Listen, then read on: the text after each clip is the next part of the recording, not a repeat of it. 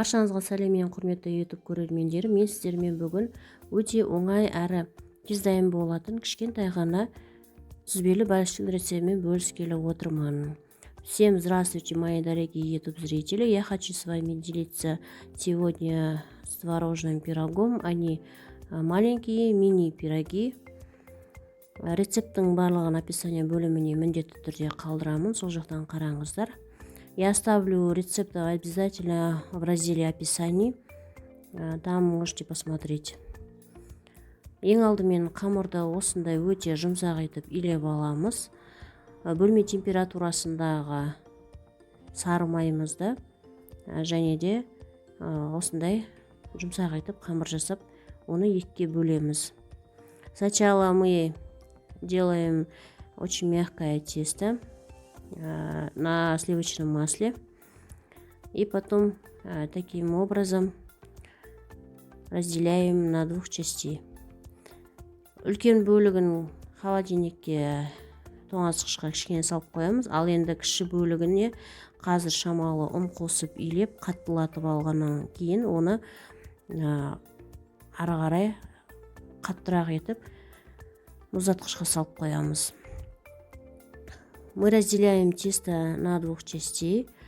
Большую оставляем в холодильнике, а маленькие еще добавим сюда муку, чтобы было у нас такое тугое тесто.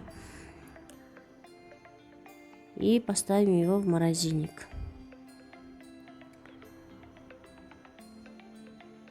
Осындай қамырды жақсылап илеп алғаннан соң, ортасындағы салмамыз дайын болғанша, мынау біздің екінші бөлік қамырымыз қаттық болып қатаяды. Сол кезде бұны үккіштен өткізген оңай болады. Мы пока тесто вставим в холодильник и одну часть в морозильник, они пока отдохнут, делаем начинку. В это время они немного застывают, и легко будем натереть на терке. Салмасына сүзбе және де жұмыртқа қосып, қант қосып, не болмаса қаймақ қосып та дайындасаңыздар болады. Және де бұл қамырды мен барлығы бірдей болу үшін бірінші өлшеп алдым. 230 грамм қамыр шықты. Сол 230 граммды шамамен 19-20 граммнан бөлдім.